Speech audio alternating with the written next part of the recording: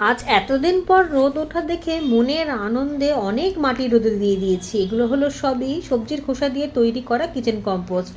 2 ঘন্টা রোদে দিয়েছিলাম, তারপর তুলে দিয়েছি। অনেকেই জিজ্ঞাসা করেন কিচেন কম্পোস্ট স্যাঁতস্যাঁত করে বা ভেজা ভেজা। দেখুন, যখন রেডি হয়ে যাবে তখন একবার এরকম 1-2 ঘন্টা রোদ খাইয়ে নিলেই একেবারে ঝুরঝুরে হয়ে যাবে।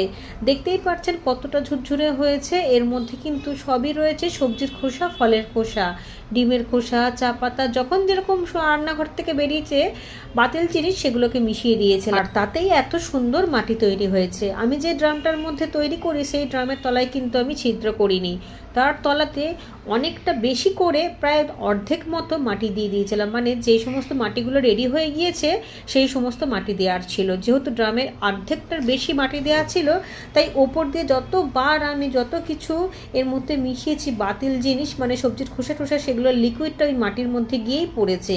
লিকুইডটা যদি বেরিয়েই যায় তাহলে মাটির গুণাগুণগুলো কীভাবে থাকবে? তাই মাটির গুণাগুণগুলোকে ঠিক রাখার জন্য আমি ছিদ্র কিন্তু করিনি। তবে যেই বেডগুলোকে রেডি করছি অবশ্যই সেই বেডের তলাতে ছিদ্র করাটা দরকার। তা না হলে অতিরিক্ত জলটা বেরাতে না পেরে গাছের গোড়া একেবারে পচিয়ে দেবে, যার ফলে গাছটাও সম্পূর্ণ নষ্ট হয়ে যাবে।